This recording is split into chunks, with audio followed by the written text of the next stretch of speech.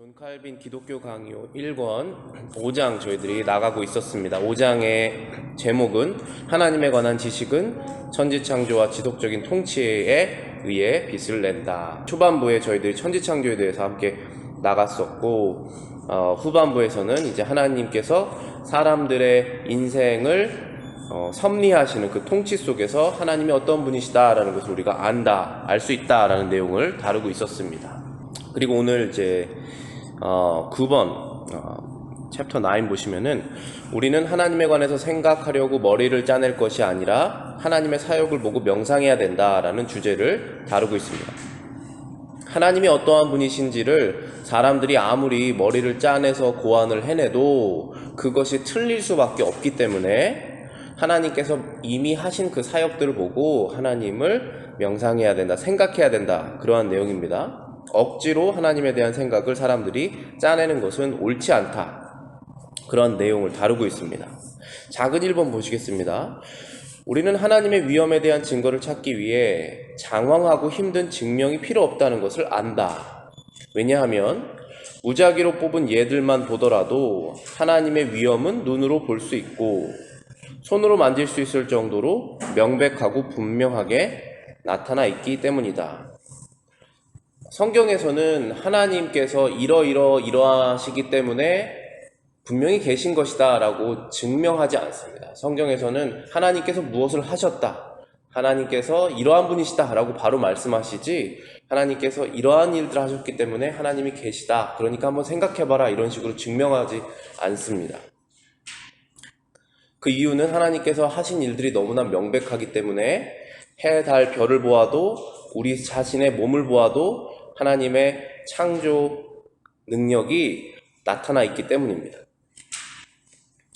2번 보시겠습니다. 여기서 주의해야 될 점은 우리가 하나님을 알 수 있도록 부름을 받았고 그 지식은 단순히 공허한 추측, empty speculation에 만족하는 따위가 아니라는 것이다. 또한 우리가 바르게 파악하고 그것이 우리 속에 뿌리를 내리면 반드시 건전하고 사운드, 풍성한 열매를 맺는 것이다. fruitful이라는 사실이다. 모든 사람이 하나님을 알 수 있도록 부름을 받았다는 사실과 우리가 하나님을 알려고 공허한 추측을 할 필요 없다라는 내용입니다. 공허한 추측을 영어 원문에서는 empty speculation이라고 되어 있었습니다. speculation이라고 하면은 어떠한 근거도 없이 그냥 이러할 것이다 라고 내 머릿속에 생각하는 내용인데 알고 보면 사실이 아닐 수도 있는 그런 내용들이거든요. empty라고 하면은 의미 없는, 공허한, 하나님을 그렇게 추측할 필요가 없다라는 것입니다. 그래서 반드시 우리가 하나님에 대한 생각을 마음속에 올바로 담게 되면, 뿌리를 내리게 되면 반드시 건전하고 열매 맺는 것이 일어나게 될 것이다. 작은 3번입니다. 따라서 하나님을 찾는 가장 완전한 길이며 가장 적절한 순서는 하나님의 본질을 대담한 호기심으로 파헤쳐서 조사하려고 시도하는 것이 아니다. 그보다는 하나님을 경배하고 하나님이 자신을 우리에게 가까이 보여주시고 친근하게 해주시고 친히 자신을 밝히시는 그의 사역 가운데서 그를 묵상해야 하는 것이다. 그럼 사람이 하나님을 적절하고 완전하게 찾는 방법은 무엇이냐 하면 먼저 무엇이 아니다라고 말하고 있죠. 대담한 호기심으로 파헤쳐서 조사하려고 시도하는 것이 아니다. 왜냐하면 우리는 너무나 낮게, 우리의 지혜가 낮고 하나님은 너무나 높으시기 때문에 사람이 하나님을 다 파헤쳐서 알 수가 없습니다. 그러한 방식으로 접근을 하면 반드시 다른 길로 빠지게 되어 있습니다. 이단에 빠지든지 불신앙에 빠지든지 무신론에 빠지든지. 그렇기 때문에 우리가 먼저 그분을 경배하는 것으로부터 시작돼야 된다는 것이죠. 그보다는 하나님을 경배하고 하나님이 우리를 친근하게 우리에게 자신을 보여주신 사역들, 자, 사역이라는 말을 우리가 영어로는 일이죠. work예요. 하나님이 일을 하시잖아요. 그 일을 높이 표현해서 사역이라고 말하시는 것인데 우리 인생 가운데 하시는 일들이 너무나 많잖아요. 우리가 눈으로 보는 자연 속에서 하나님이 하신 일이 있잖아요. 그것을 보면서 그분을 경배하며 하나님에 대한 지식을 마음속에 잘 뿌리내리게 하는 것이 하나님을 찾는 올바른 방법이다라는 것이지, 불신앙이라든지 불만을 가지고 하나님은 어떠한 분인지 왜 이런 분인지 계속 찾아나가다 보면 그 결과는 항상 좋지 않게 끝난다. 그런 말씀을 하신 것입니다. 그게 인간이기 때문에 그렇습니다. 우리가. 작은 4번입니다. 사도 바울도 하나님을 먼 데서 찾을 필요가 없다고 말했다. 우리 성경 구절 존 칼빈이 많이 인용하고 있죠. 이 챕터에서 사도행전 17장 27절 28절입니다. 그는 우리 각 사람에게서 멀리 계시지 아니하도다. He's not far. 우리가 그 힘을 힘입어 산다. 우리는 그분을 통해서 live, 살아가고 있다. 기동한다. move. 이게 살아가고 있다는 거죠. 생명을 얻고 살아가고 있다. 그 다음에 존재하느니라. have our being. 우리가 세상에 존재하는 것, 태어난 것조차도 하나님께서 하신 것이다. 그분은 우리에게서 멀리 계시지 않는다. 멀리서 찾을 필요가 없다. 사람이 살아있고 기동하고 존재한다면 하나님께서 살아계시다는 뜻이다. 라는 것입니다. 5번입니다. 같은 이유로 다윗도 하나님을 측량할 수 없는 광대하심을 고백하고 찬양하고 있다. 시편 145편 3절부터 4절입니다. 여호와는 위대하시니 크게 찬양할 것이라. 그의 위대하심을 측량하지 못하리로다. unsearchable 라고 되어 있죠. 대대로 주께서 행하시는 일을 크게 찬양하며 one generation shall praise your work to another. 주의 능한 일을 선포하리로다. 하나님의 위대함을 측량하지 못하리로다 라는 뜻은 사람이 하나님의 위대함을 완전히 다 알아낼 수는 없다 라는 그런 뜻입니다. 대대로 주께서 행하신 일을 크게 찬양한다 라는 뜻은 one generation to another generation, 하나님의 사역을 찬양한다. 한 세대가 그 다음 세대에게 그 전에 있었던 하나님의 역사를 이러한 일을 하셨다 내 인생 가운데, 그것을 다음 세대에 말을 하죠.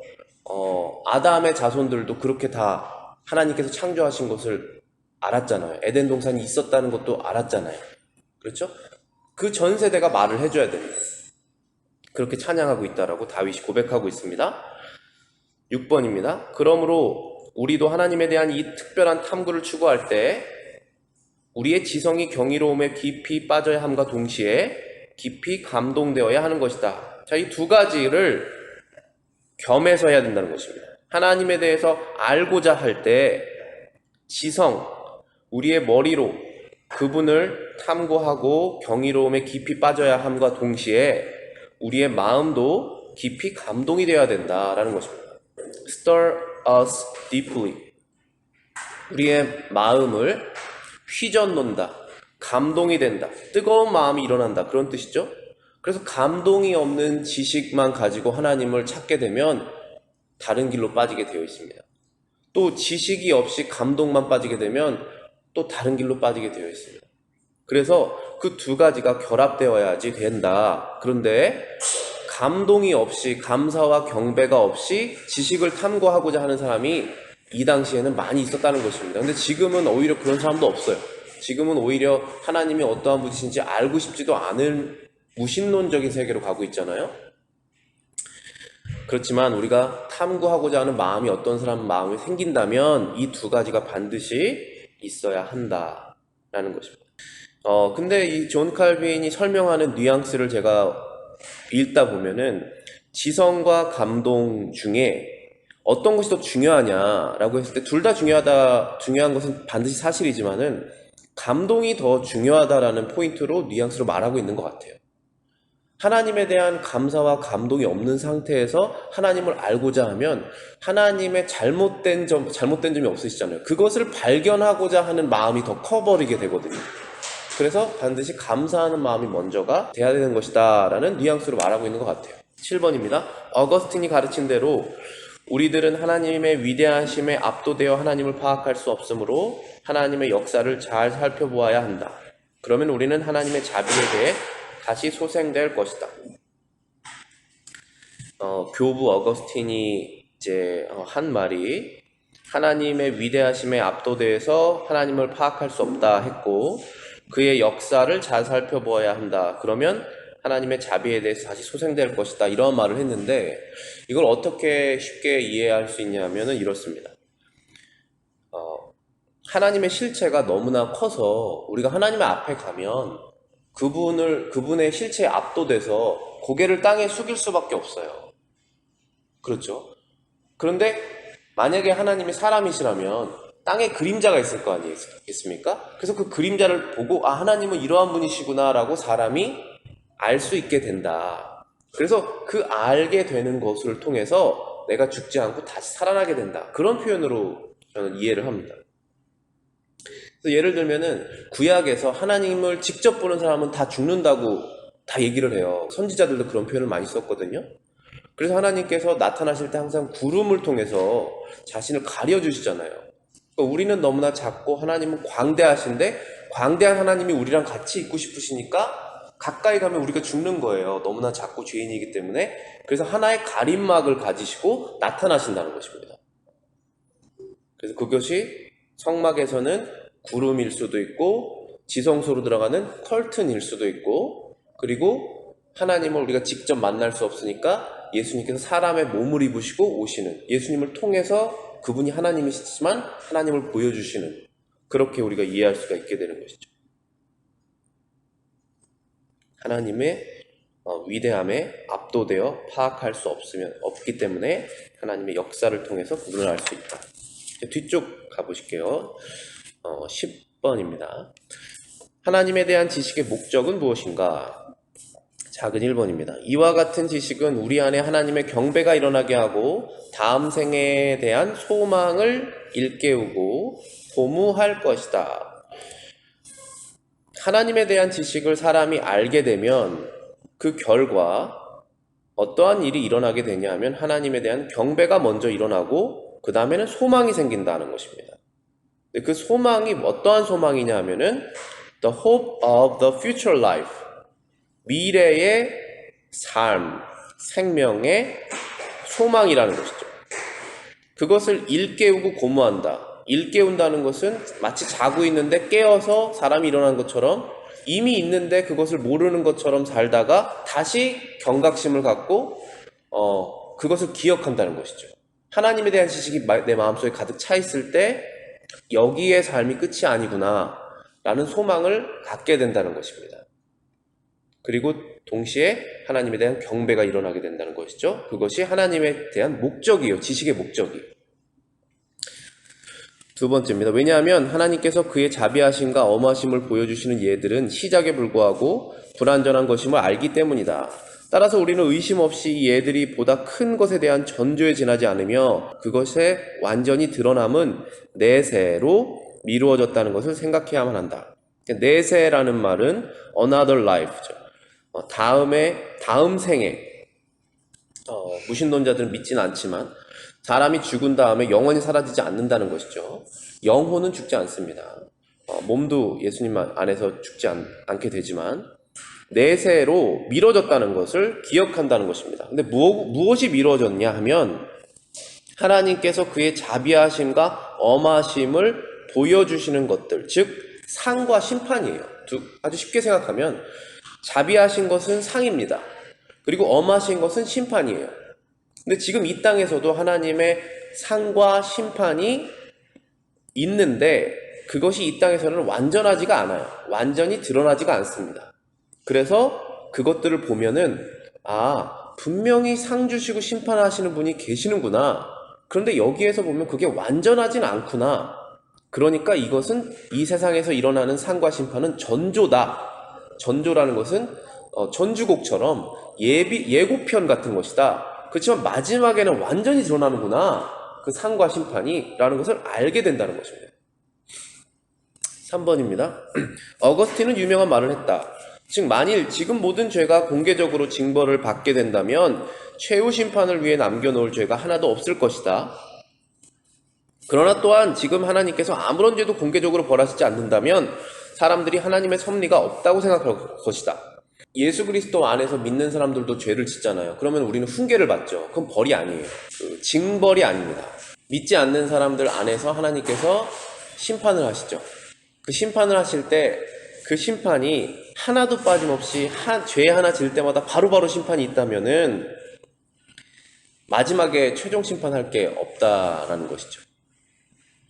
그리고 또 만약에 최종 심판이 있기 때문에 하나님께서 지금 이때는 그냥 심판을 하지 말자라고 남겨놓으신다면 사람들이 하나님의 섭리가 없다라고 생각할 것이라는 거죠. 그래서 그 중간점에서 하나님께서 지혜롭게 역사하시는 거예요. 하나님에 대한 두려움과 경배가 마음속에 있게 하시는 것입니다. 다윗은 불신자들이 어리석다고 정당히 비난하고 있다. 왜냐하면 그들은 하나님께서 인류를 통치하시는 심오한 계획을 묵상하지 않기 때문입니다. 시편 92편 5절부터 6절입니다. 여호와여, 주께서 행하신 일이 어찌 그리 크신지요.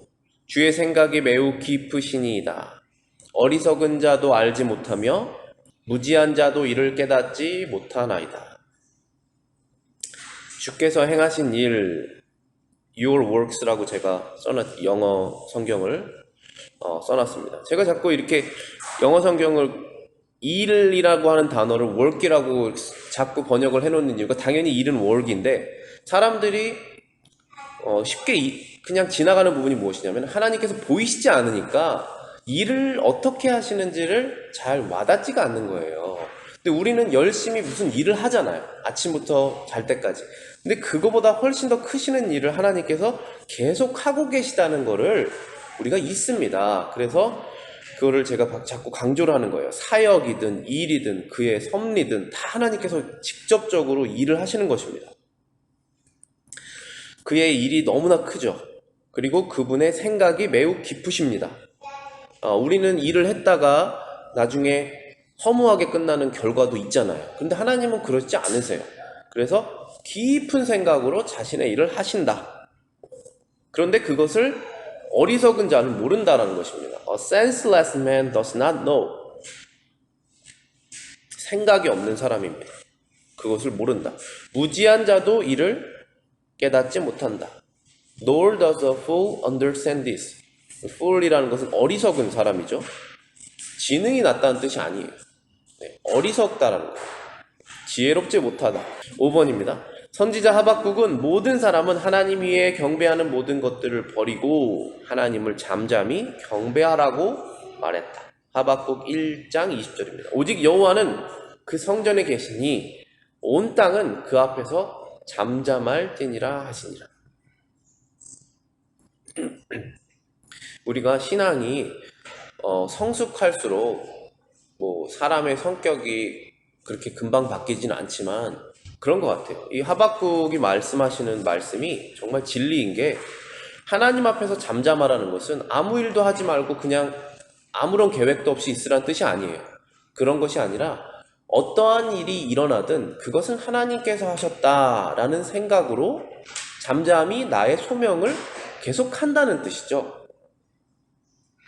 그것이 바로 신앙이죠. 그러려면 하나님을 알아야 된다는 것이죠.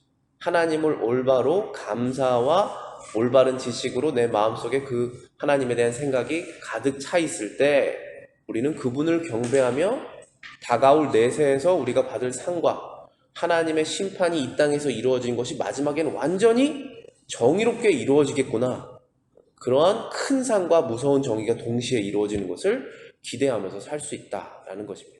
기도하고 마치겠습니다.